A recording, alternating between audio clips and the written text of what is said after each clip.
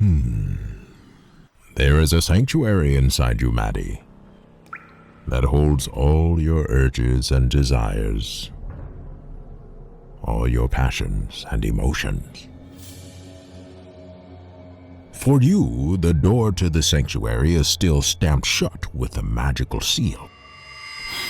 But the seal will break soon after you reach your teenage years.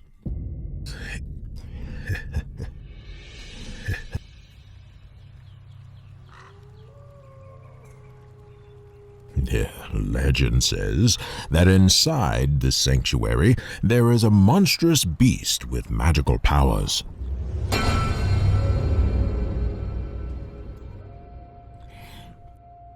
The ancients called these magical powers the Soul Force.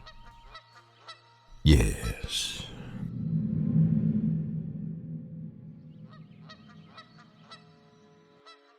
When the beast is finally aroused, it can move you, grip you, and make you do things that you would never normally do.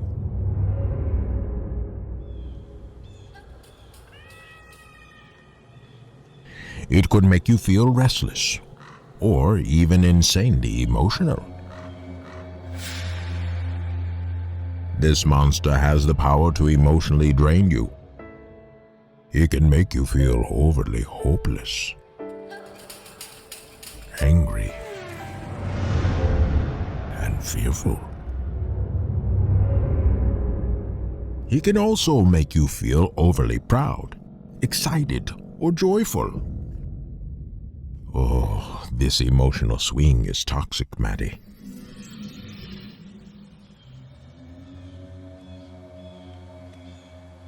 Some say that until you learn to tame this beast, it will continue to hold you back, haunt you, and sting you. It can give you the thrills by taking you on a roller coaster ride, but in return, it will emotionally destroy you. You see, in the ancient literature, this beast had strange names. Some called it an astral body, or a desire body.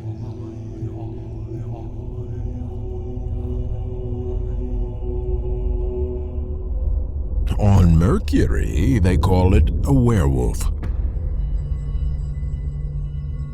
A werewolf because it usually hides in plain sight, and then shows its true colors when things get emotionally intense.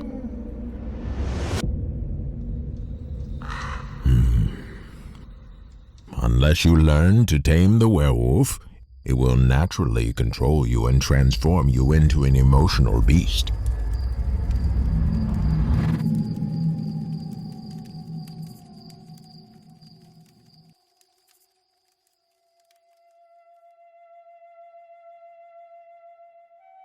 Oh, legends say that the werewolf is a bewitched monster. A monster who's haunted by tempting urges and emotional needs. It's as if it's restless and can't let go until it gets what it wants or needs. This restlessness wreaks havoc inside the body because it creates a lot of stress.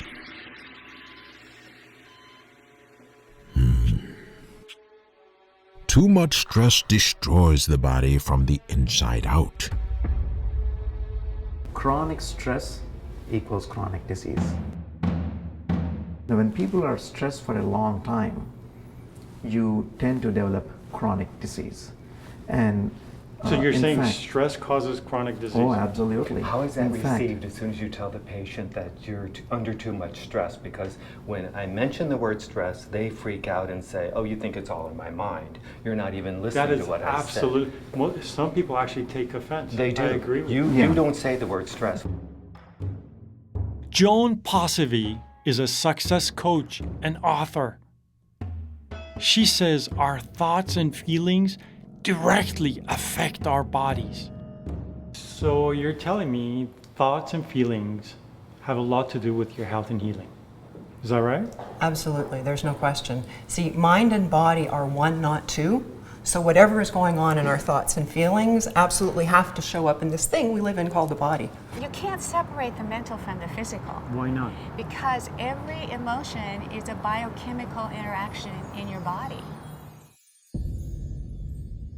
Look, what is an emotion? If the body, how my body works, should have nothing to do with emotion. But nowadays, everyone accepts our emotions influence our bodies and our health.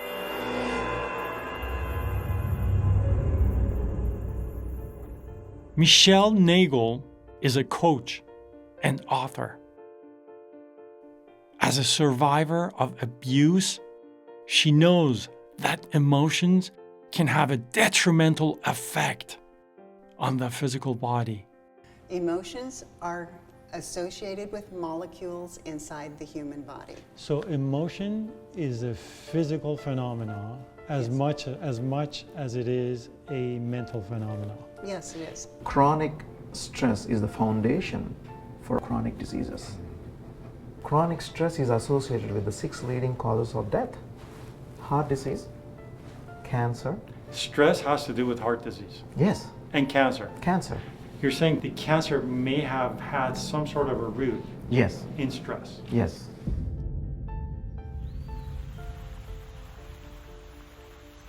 It's peculiar, you would think our body is better than that, but at the same time, it still eats us alive in some respects.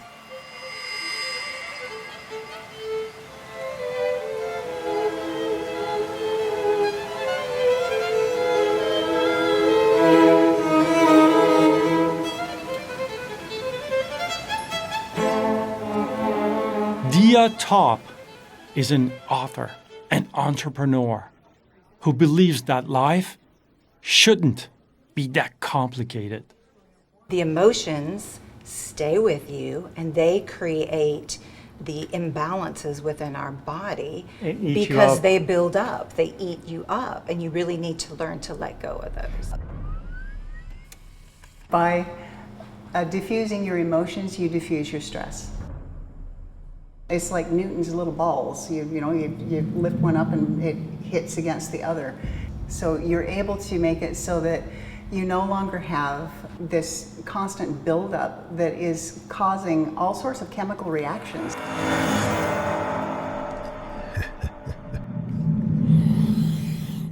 The werewolf is not all that bad, though, Matty. If you didn't have a werewolf, you would live like a vegetable.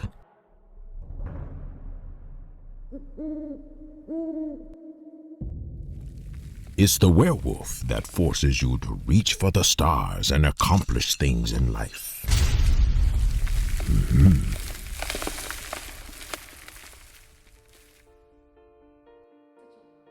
Catherine Kemp-Gaillet is a wellness expert and author.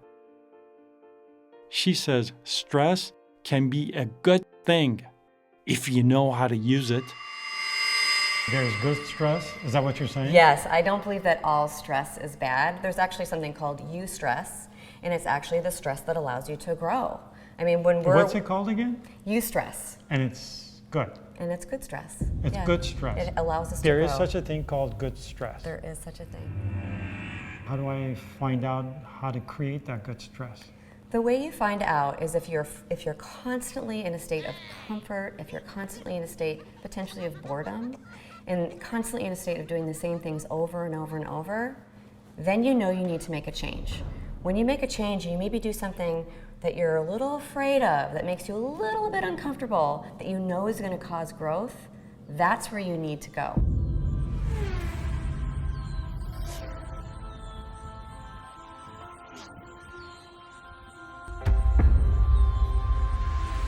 You see, the werewolf and the avatar are meant to work together to keep you awake and alive. And they do. But as long as the werewolf is not well controlled, it lives and acts like it's the avatar's worst enemy. The untrained werewolf constantly sizzles with smoldering desires and forbidden intentions.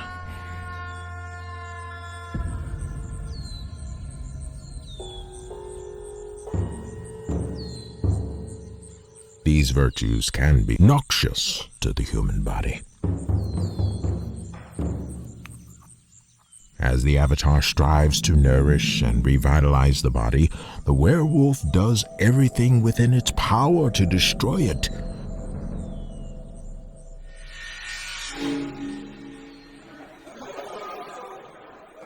The fight between the werewolf and the avatar is hectic and intense.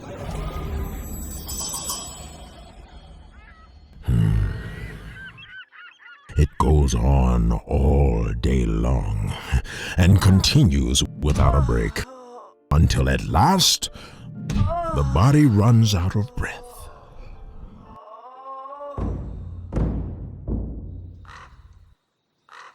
Eventually, the werewolf wins the battle. But now, there is a serious problem.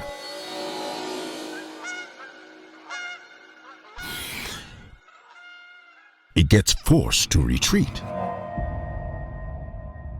Because unfortunately, the body is too tired and needs to sleep. When the body falls asleep, it eventually falls unconscious. And the avatar is finally free to begin the healing process.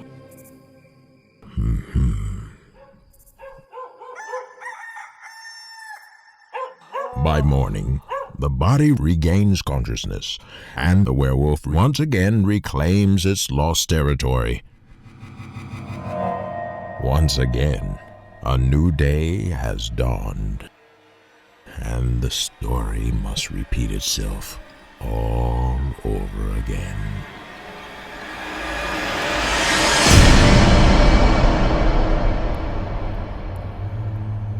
Day after day and year after year, the same old story repeats itself. The werewolf's mischievous ways eventually become draining and unbearable.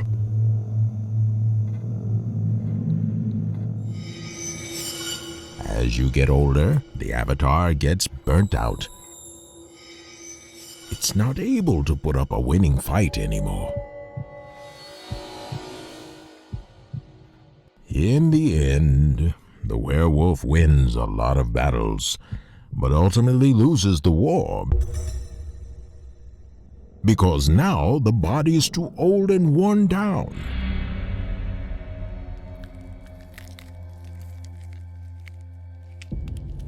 It's too weak to serve the werewolf's temptations and emotional needs.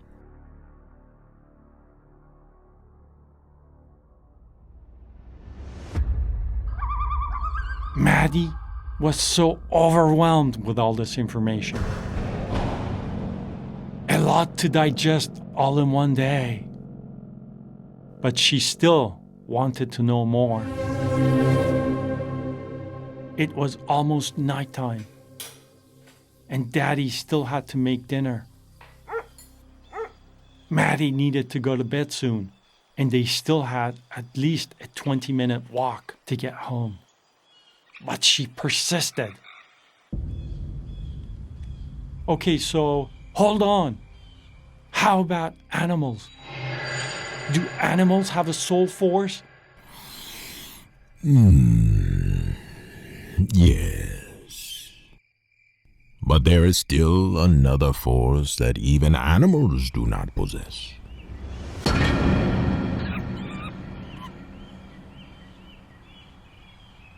When the sun rises tomorrow, I shall have more to say about this force.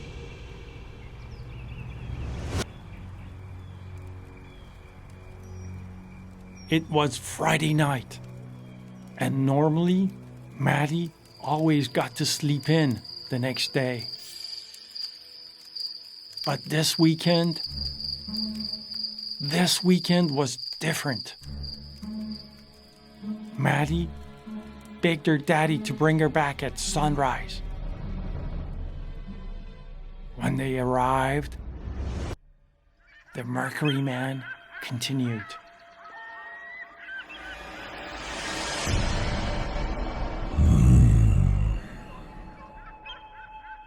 Regardless of your age, Maddie, however young or old, there is a part of you that will always be the same.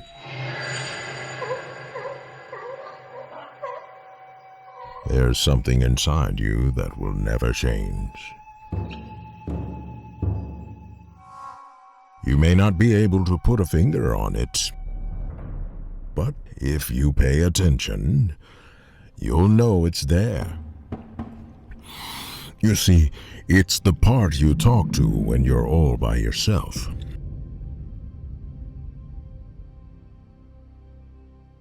It's the same part that was there when you were 7, and it'll still be the same even if you live to be 97. It's like any other organ inside your body, like your heart or brain, except that it's not a physical organ. You can't touch it. It's called the human mind.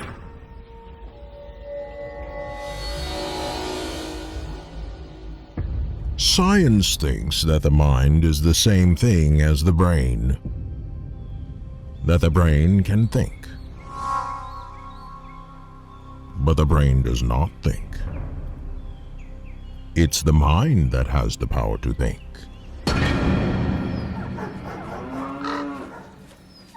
So in my book, I researched a lot of near-death experiences, after-death communications, out-of-body experiences. And there's a lot of evidence actually that we have on the fact that consciousness can exist outside of the brain. And that's not common knowledge. Maybe this is not just a process in our brain that makes us conscious or aware. Maybe that can be also a figment of an individuality that remains when this body ceases to exist. You're saying your consciousness is not necessarily in your brain.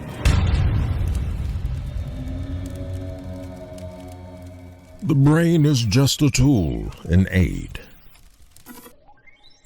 The mind uses the brain to control the body and sense the world.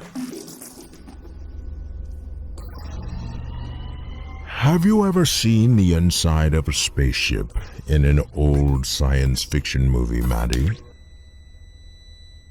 The control center is the place where the commander and the officers work to operate the spaceship.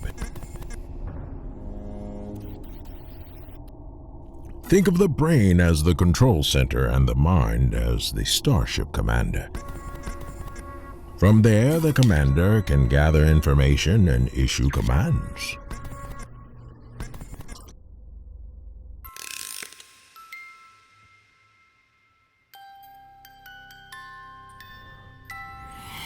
Unlike what scientists think today, the ancients knew that the mind did not evolve by accident.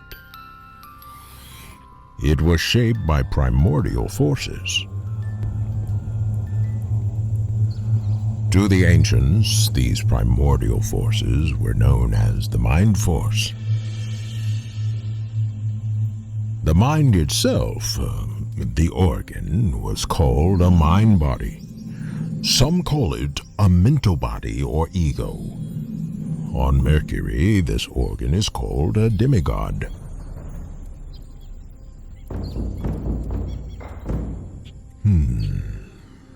In a human being, the demigod has a quite definite task, Maddie. It gives you the insight and understanding to realize that you are unique. You are important.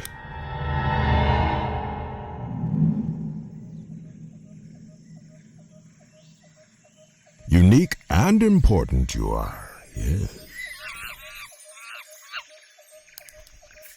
No plant or animal in this vast kingdom can have that understanding. But that's not all. Having a demigod means that you have the power to learn the difference between good and bad, between right and wrong. It gives you the power to choose what to do and which way to go.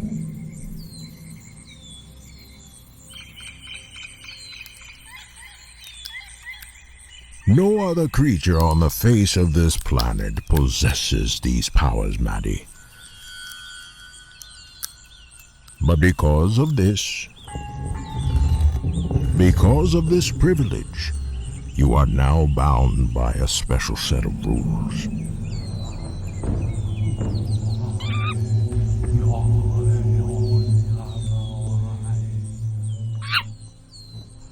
Unlike animals and plants, you have the power to choose. But whichever way you choose to go, whatever you choose to do, you are now responsible for what you do. I would say I'm a pure center of awareness and choice that right now has chosen to be in a body, and that I can choose with my awareness what to do with my body, what to do with my words, what to do with my actions. Yes, your decisions can come back to either help or haunt you.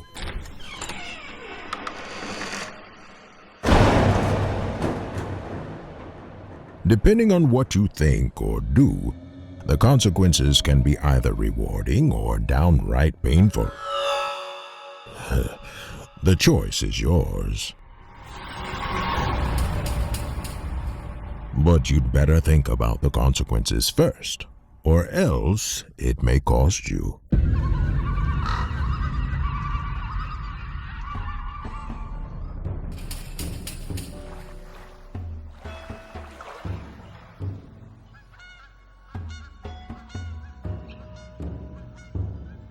You see, animals and other creatures have brains, but they don't have a demigod of their own. They cannot make decisions on their own. They do what they do, not because they can decide for themselves, but because it's what their species is formed to do.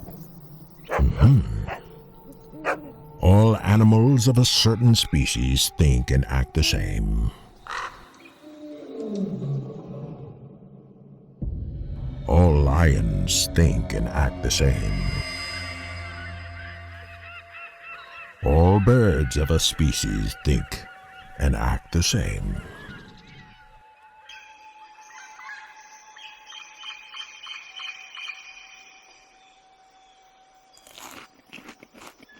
You see, some even seem to act rather wisely.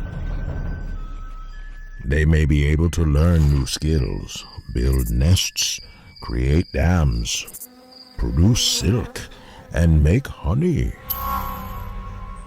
Many animals are able to do what they do, even at birth, without any formal training, not because they are free to decide, but because that's what their species do. They have no willpower, Maddie. They are not free to act on their own.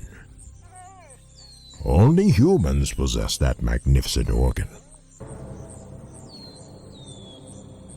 Dr. Judy Morgan is a holistic veterinarian. She's also an author and speaker who says that animals live for the moment.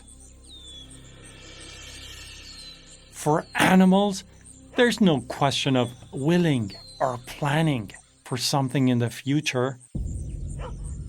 They live in the here and now. Animals have a wisdom that we as people have a hard time grasping. They live in the moment. They're for the here and now. They don't worry about yesterday. They don't know what's happening tomorrow. Animals that are sick don't worry about dying tomorrow. They want to be here today. I learned one very important lesson by watching my daughter's horse graze. Lucky's pasture was full of grass and clover and dandelions and a flower called foxglove, which is beautiful but poisonous to horses. And Lucky would graze right up to the stem of a foxglove and then eat carefully around it and keep going until her pasture was nothing but these foxgloves sticking up, which somehow Lucky knew was a poisonous plant that she can't eat. Not because she tasted it and didn't like it, not because she tried it and it made her sick. She simply never ate one. And it occurred to me that there's a collective consciousness in horses, an instinct or an intuition, whatever name you want to give it. Horses are born knowing that that plant is dangerous to them.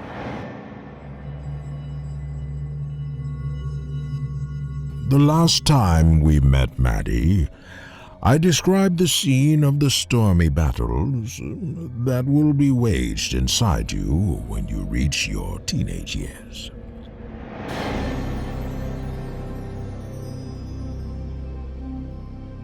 The battles between the soul force and the life force. The werewolf and the avatar. I told you how the werewolf's actions tend to destroy the body as the avatar strives to nourish it. What I didn't tell you is that there's still another lifelong fight to be waged later on in life. This time, it'll be between the Demigod and, you guessed it, the werewolf. Between the mind force and the soul force. When you reach your 20s, Maddie, when you begin your adult life, the werewolf will be forced into the ring in still another epic fight. This time against the Demigod. The werewolf wants to dominate the ring with its selfish urges and sensual needs. But the Demigod wants to do the right thing.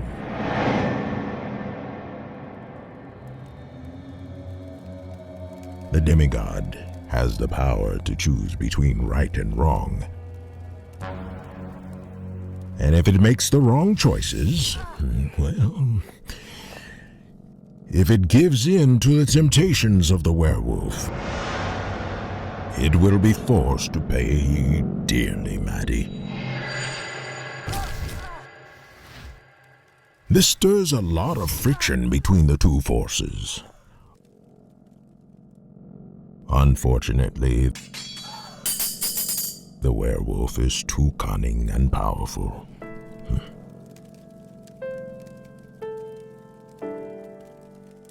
The Demigod is still too young. It still needs time to gather strength. It doesn't have the right training or strength to overcome the beast.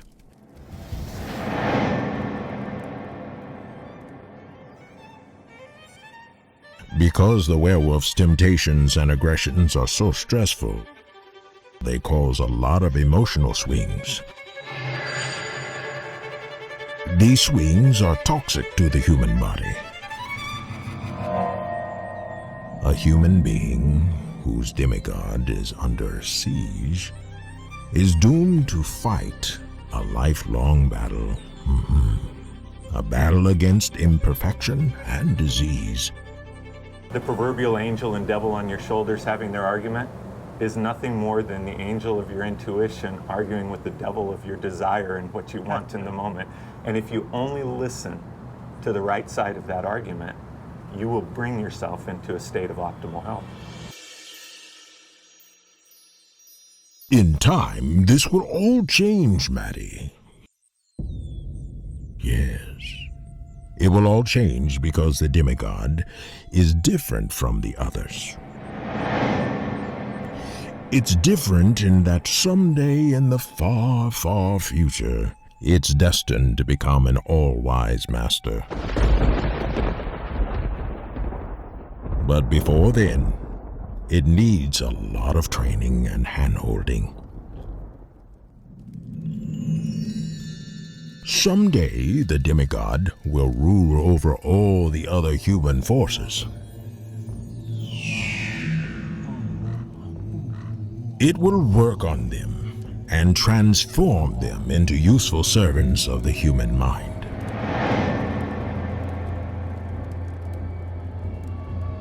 It will promote inner harmony.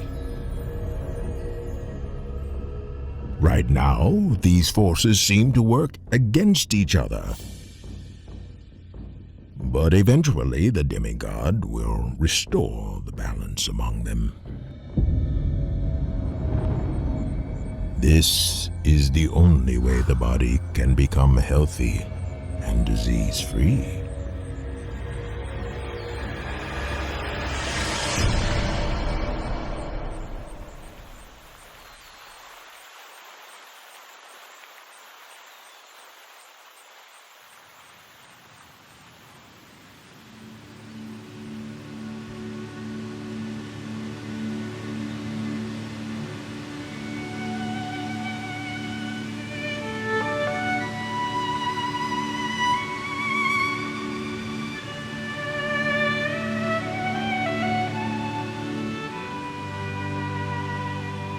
I will show you how to train your demigod, Maddie.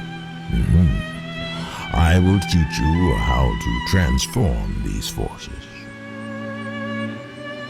But for now, knowing all this, can you finally see why the plague of disease and illness is unavoidable? This plague will continue until we learn to transform these forces and bring them into harmony with each other.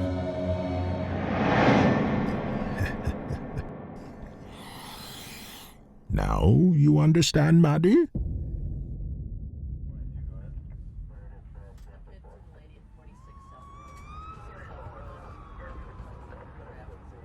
Right now, as it stands, human beings are torn between two opposing forces. The dark forces and those of light. Both of these forces are at work, and while in some, one or the other may be more noticeable, we are all caught in the battle between these forces. These forces weave through the mind when we sleep and dream.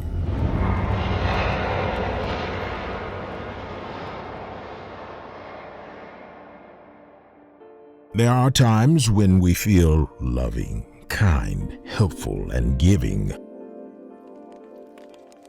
But then we all have this other side when we feel selfish, lusting, lazy, wicked, and sinful.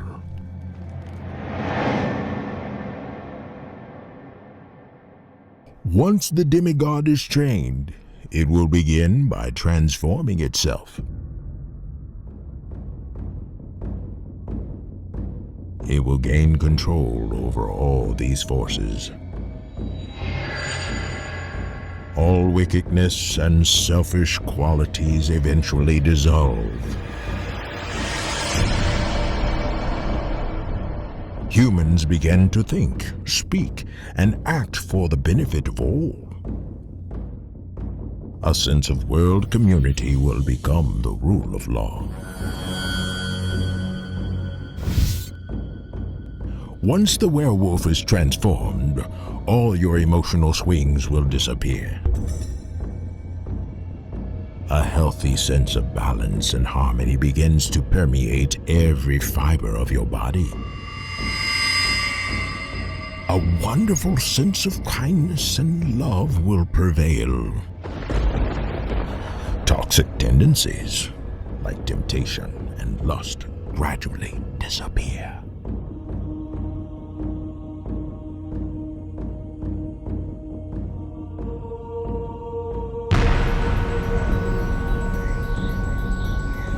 Once the avatar is transformed, an inner sense of law and order will prevail. The body will turn into a sponge that readily responds to the healing suggestions of the mind. Affirmations and visualizations become words of power.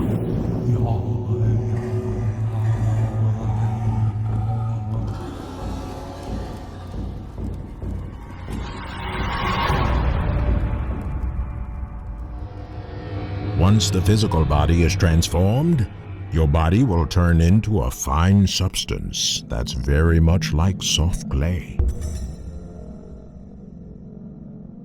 The demigod will be able to adapt it and work it into any shape or form it may desire. The mind will have gained control over physical matter. And this is how the sting of disease will eventually disappear forever.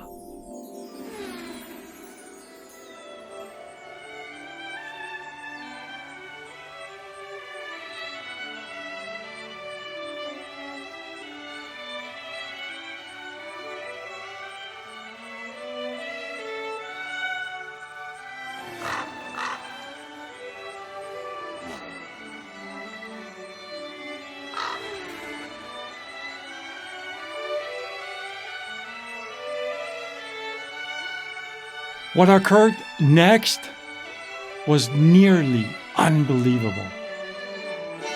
It was like a tale out of a fictional movie.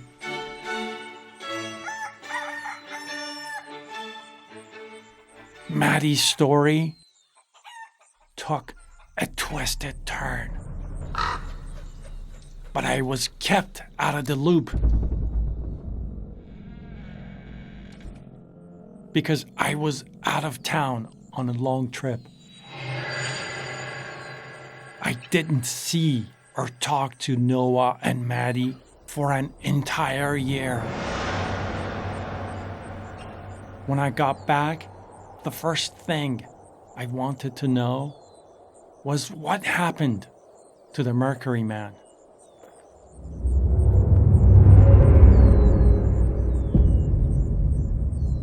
The moment I saw Noah's face, I immediately knew there was something wrong.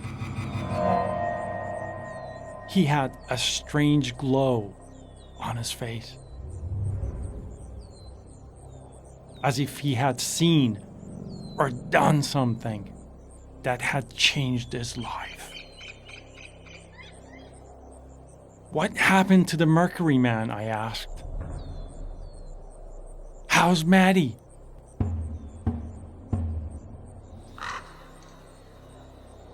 He just stood there, speechless for a moment. I knew something had happened to Maddie. He had a cold glare in his eyes. Suddenly, my heart started racing. It felt like it was pounding out of my chest. Maddie had an accident shortly after you left, Noah said. She had a bruise on her head, but she was fine. The doctors decided to keep her in the hospital and do some tests.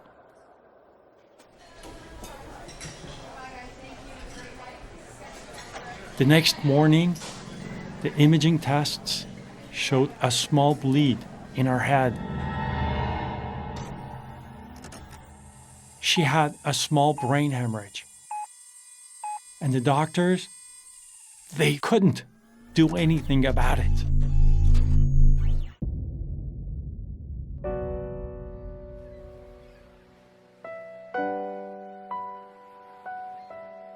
It was too risky to go in and stop it. All they could do is to wait and hope that things would get better on their own.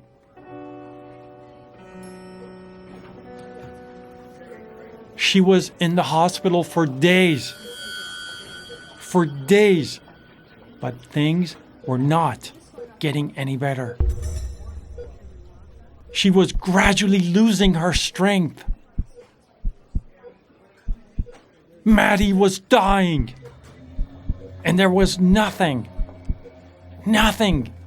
anyone could do about it.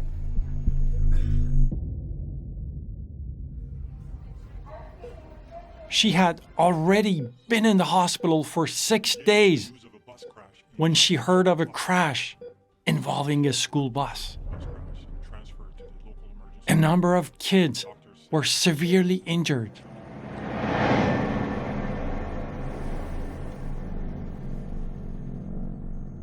Some of them were hospitalized and placed in the intensive care unit. Maddie was devastated.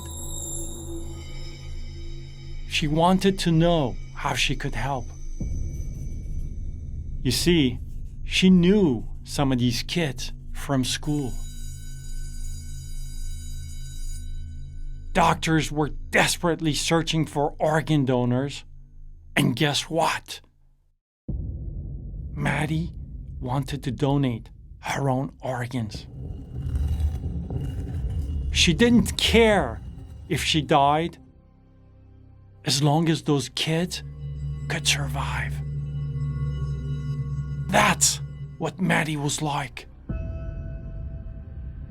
It was as if she was from another planet.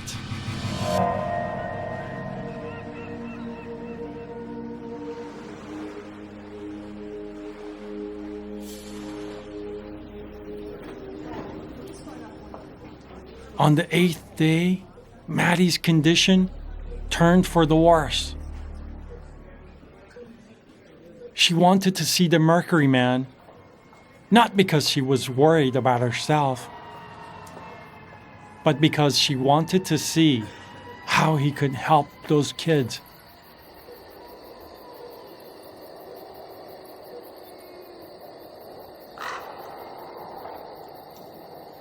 By early evening, she started complaining of headaches. The doctors did more tests and reassured everyone that there is no reason to panic. But by around 10:30 p.m., she suddenly fell unconscious.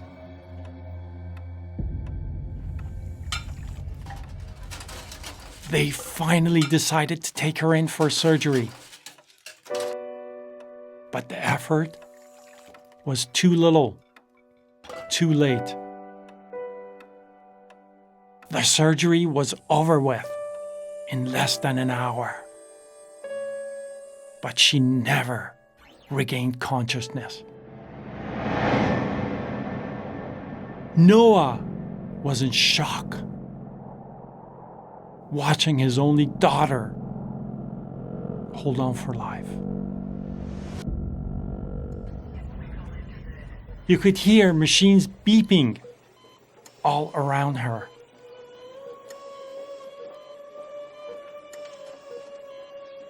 How could something like this happen to an innocent girl like Maddie?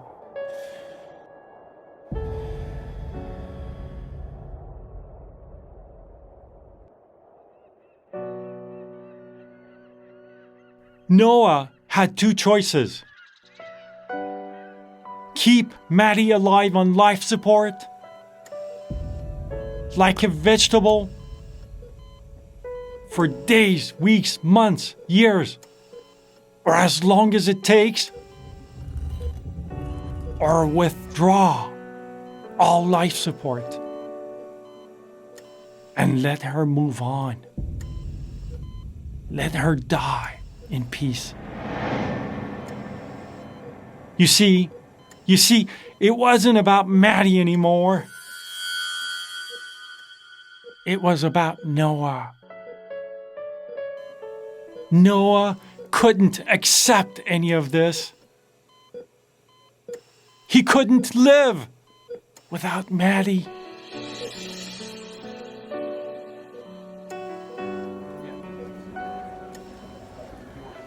The next day, as he left Maddie's room, he saw some of the parents who were there for their kids.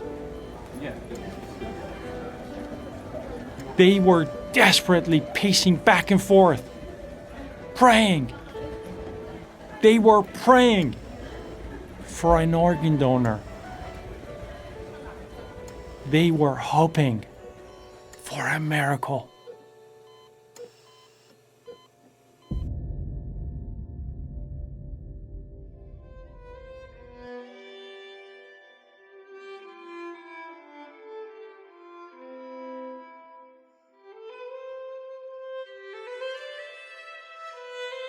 The mere thought of letting go and donating Maddie's organs was just too much to bear. There was no way. That option was completely out of the question for Noah.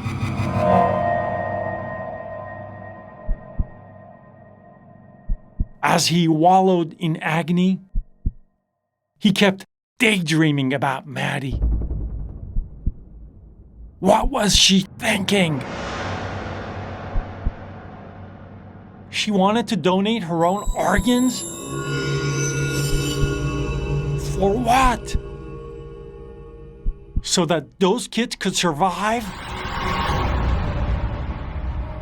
How can a father pull the plug on his own daughter? What kind of father on earth would do something like that?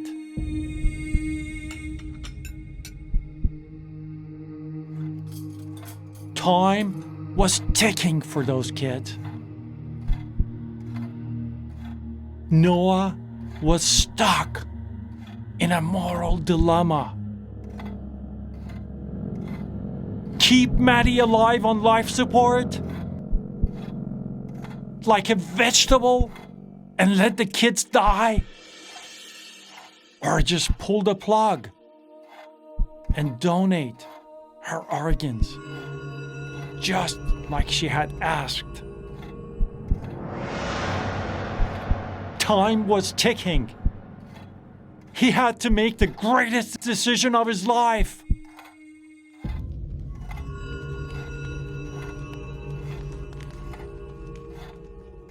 Kill Maddie so that the others can live. Or be selfish and keep her for yourself. The greatest decision of his life. Why couldn't he just be with Maddie a little longer? Why should he pull the plug on the only thing he had left in this world?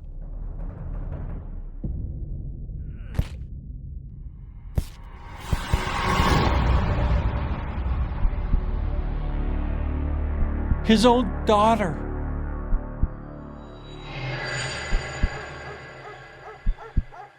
He couldn't take this anymore. Time was ticking. Those kids need an organ donor. But why should it be Maddie? It's not her fault. Why should I sacrifice Maddie? My own daughter. Pull the plug. Save the kids. Don't pull the plug. And let her live on life support. Maybe like a vegetable. But hey, she may wake up someday. I shall not take someone's life. Certainly not my own daughter's.